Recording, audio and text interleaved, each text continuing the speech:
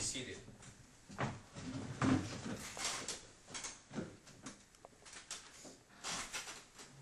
I have been chosen as president. William Jackson, next to me, is the secretary.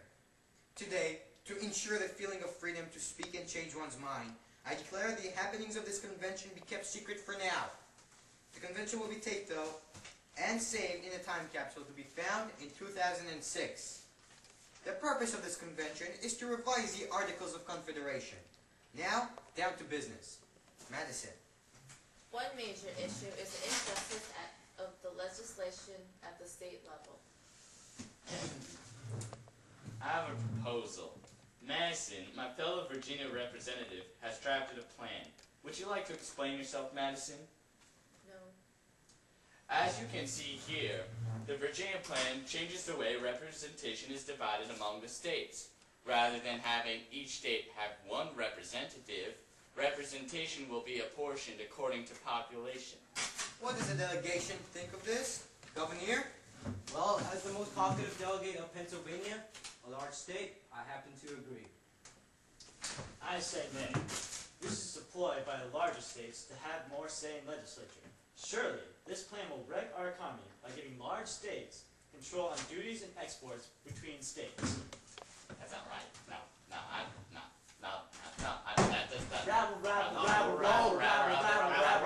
Oh yeah? Today's meeting is dismissed. Hello, this is Han Boffman with Penn BC News. Now, Madison, I know you enjoy being a behind-the-scenes type figure. What is your general motive behind the Virginia plan?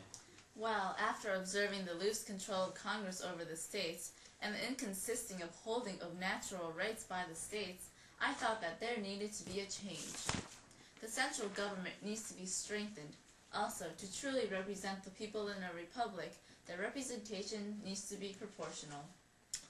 Thank you, sir. Now back to the convention. The larger states want to overrule us with proportional representatives. They want to doom our economy by controlling taxes and duties on imports. In order for our states to have any sort of wealth, sovereignty, a new plan needs to be drafted. Aha! Previously, we discussed a proposal by James Madison. Does anyone have a say? Well, a plan so in favor of highly populated states as Virginia would be the death of small states. Congress should consist of one house and one representative per state. The New Jersey plan mimics the defects of the Articles of Confederation, while the Virginia plan does not go far enough. All the powers should be taken from the states and given to the central government. You're absolutely nuts. Cuckoo, off your rocker, insane in the membrane. The plan gives all states equal representation in a one-chamber Congress, regardless of population. Each state deserves the same weight in the Congress. Nay. This plan does nothing for our nation. This is the way of the current structure of government. Weren't we here to change this structure for a more perfect union? Does anyone else have a say?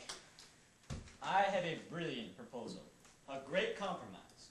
Now envision a two-house Congress. In the upper house, all states have equal representation. In the lower house, representation will depend on population.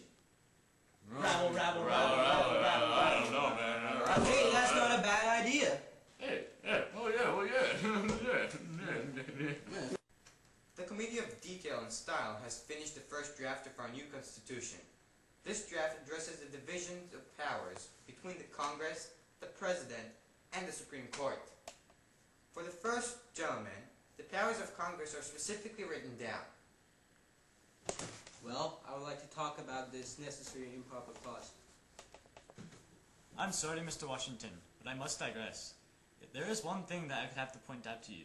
If we counted the slaves in the South as regular ordinary freemen, the South would outweigh the North without a doubt. Oh, now you're going to take away the voting value of our slaves? I don't think that's too fair. It's plenty fair.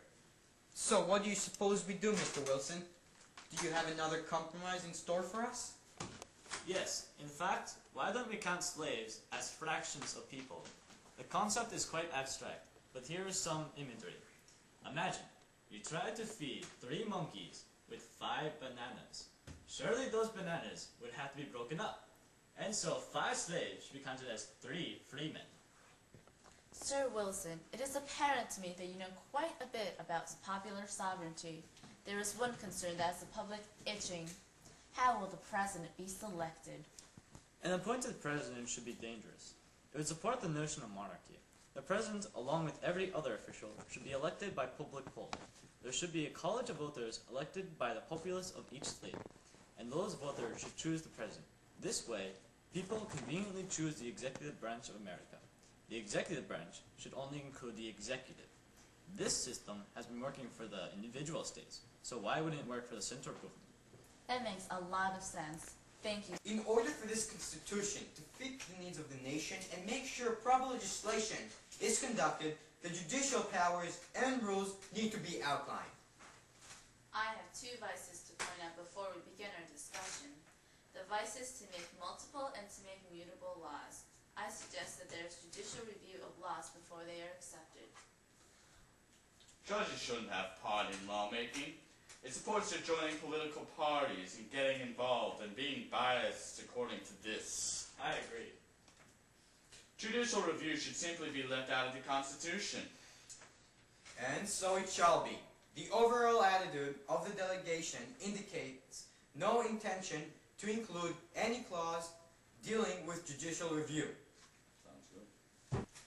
Gentlemen, the signing of this document for a new and more perfect nation to promote the lasting welfare of that country so dear to us all and secure her freedom and happiness. I refuse to sign. I just do. I don't see any Declaration of Rights, do I? I don't see any. I'm out of here. Hey, Mason's cool. I say the required concurrence of the House should be 3/4 and not 2/3. I'm out of here as well. Well, I think Randolph is cool too. I want to be just like him. I concur. Look here, buddy. This is Dan Hoffman with Penn BC News. Today is another exciting day here in Philadelphia. The great Constitution has been signed by the great minds of the United States of America, the great America. Oh, Dad, that was the best story ever. Now I can go to sleep without worrying about the anti-federalists under my bed. Thanks, Dad. Well, son, I hope you learned your lesson. Remember, people who live in glass houses shouldn't throw stones. Okay, that was... Is it still recording? I think it is. No, we have to do it again. What? Yes. It's only pointing at me! Gah!